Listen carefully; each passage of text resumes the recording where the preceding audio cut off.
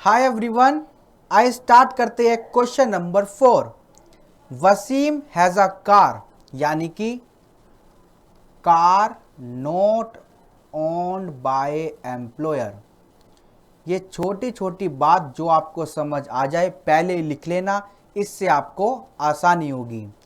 और आपको कैपेसिटी है 1.5 litre, that is up to 1600 cc, used for office as well as personal purpose, यानी कि POPP purpose.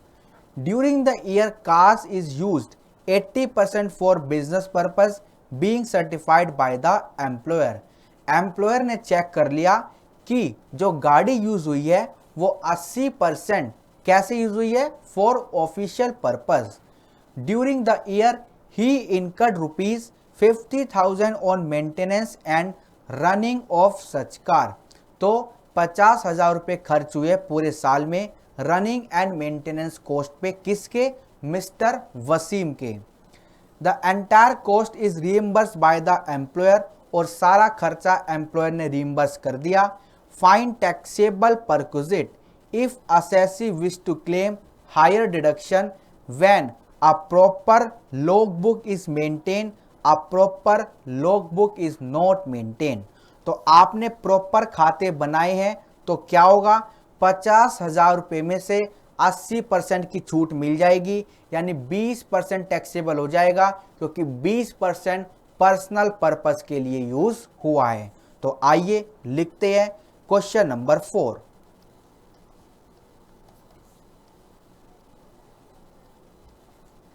Computation of taxable motor car value. If evidence are there, तो क्या होगा, total expense, क्योंकि expense की रिकवरी करने जा रहा है हमारा एम्प्लॉय, पर एम्प्लॉयर ने पता लगा लिया कि जो खर्चा हुआ है 80% सिर्फ ऑफिशियल पर्पस से है, तो सिर्फ 80% तक की छूट मिलेगी, 20% टैक्सेबल हो जाएगा। इनकर्ड बाय एम्प्लॉय कितना, 50,000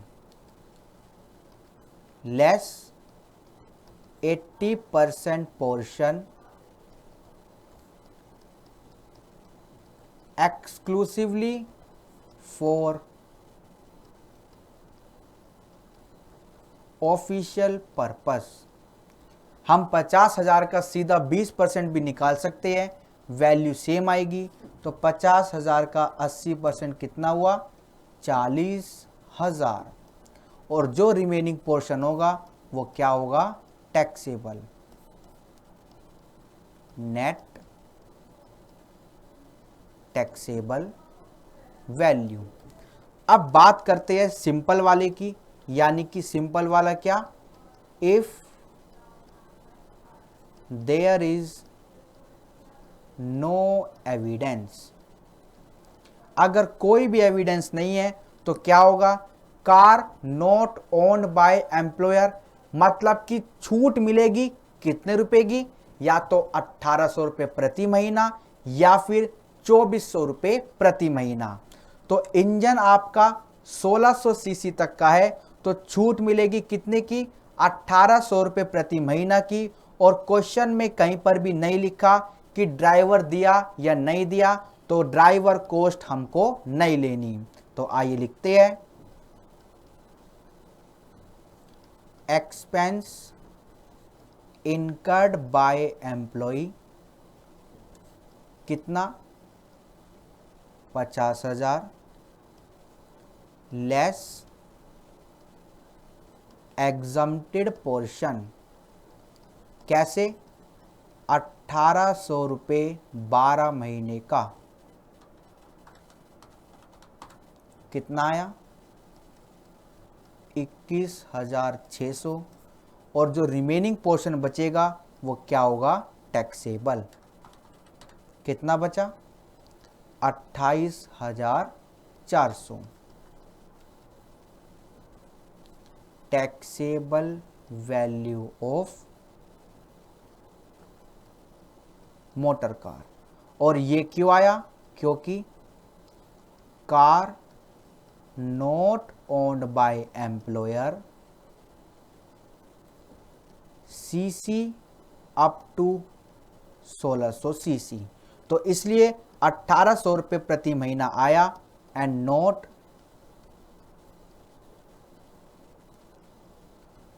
शोफर यानी driver not provided by employer. तो जब ड्राइवर एम्प्लॉयर ने नहीं दिया तो उसकी भी कोई छूट नहीं मिलेगी। आंसर एक बार देख लेते हैं, 28,400 और ऊपर वाला 10,000। चलिए क्वेश्चन नंबर 5 भी करते हैं। अब आपको पता लग गया होगा कि क्वेश्चन कैसे सॉल्व करने हैं। क्वेश्चन नंबर 5 पढ़ते हैं। Amit is provided with 2 cars to be used official and personal work. तो अमित को 2 कार दी गई है, पहली ऑफिशियल पर्पस के लिए, दूसरी पर्सनल पर्पस के लिए।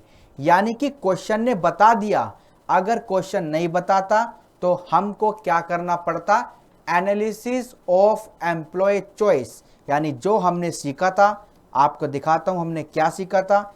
ये जो चीज हमने सीखी थी इसको अप्लाई करना पड़ता। तो चलिए क्वेश्चन पढ़ते हैं। By his employer Raj, the following information is available from the employer record for computing taxable value of work, assuming car 1 is exclusive used by Amit. Car 1 को पर्सनल मानना है और कार 2 को ऑफिशियल। कार 1 को हम क्या मानेंगे? पर्सनल, और दूसरी कार को हम मानेंगे ऑफिशियल। और ऑफिशियल नहीं, हमने क्या सीखा था? पीओपीपी। हमने क्या सीखा था? पीओपीपी।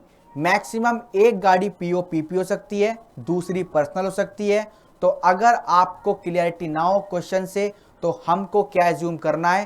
पहली गाड़ी इन्होंने बोल दी पर्सनल, तो दूसरी गाड़ी क्या हुई? पीओपीपी। और पर्सनल कार की वैल्यूएशन कैसी होती है? अमित को गाड़ी प्रोवाइड की गई, यानी कि कार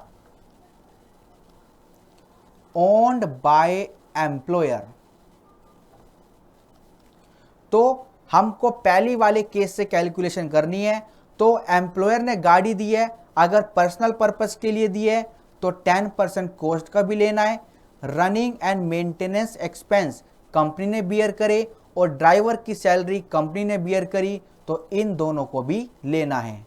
तो चलिए करते हैं क्वेश्चन नंबर 5।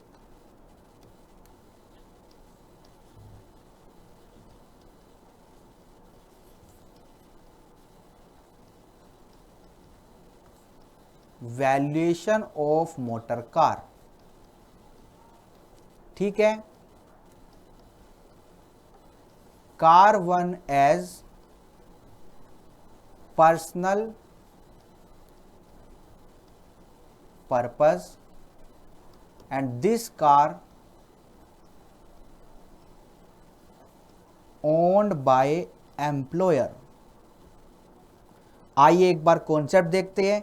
अगर गाड़ी एम्प्लॉयर की है और पर्सनल पर्पस से है तो आपको टैक्सेबल वैल्यू लेनी है, running and maintenance cost borne by employer लेना है और शोफर की सैलरी लेनी है। तो आइए लेते हैं। 10% ऑफ 6 लाख कितना आएगा? 60,000। रनिंग एंड मेंटेनेंस एक्सपेंस कितने हैं? 40,800। और इसके बाद शोफर की सैलरी कितनी है? वो है 24,000। चलिए टोटल करते हैं।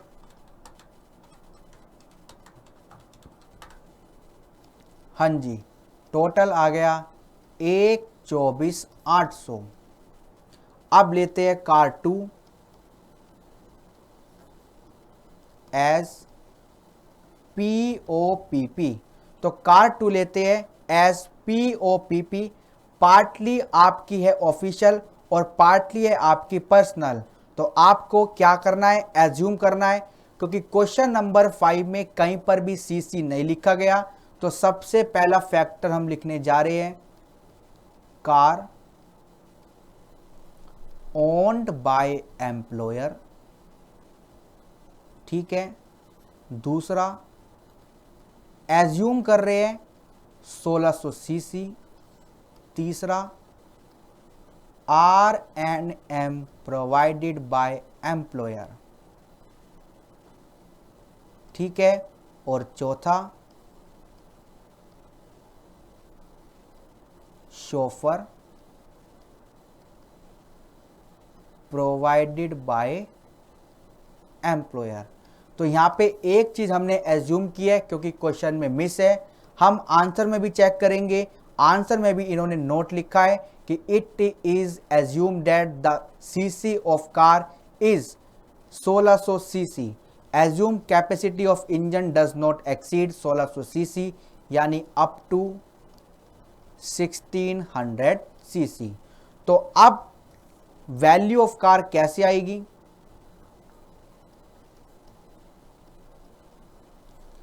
तो गाड़ी एम्प्लॉयर की है और 1600 सीसी तक है और रनिंग एंड मेंटेनेंस एक्सपेंस भी ये बियर कर रहे हैं। तो क्या होगा, 1800 रुपये प्रति महीना और 12 महीने की। और शोफर की सैलरी क्या होगी? Chauffeur provided by employer 900 into 12 month. चलिए दोनों का टोटल करते हैं और टैक्सेबल वैल्यू निकालते हैं।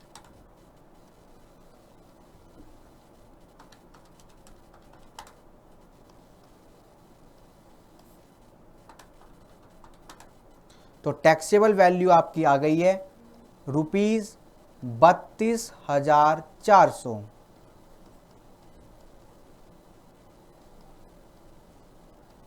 आइए आंसर चेक करते हैं।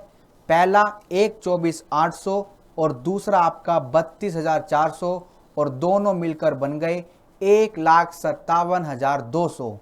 और इसी के साथ क्वेश्चन नंबर 5 भी होता है खत्म। इसके बाद स्टार्ट करेंगे question number 6। Okay, thank you so much.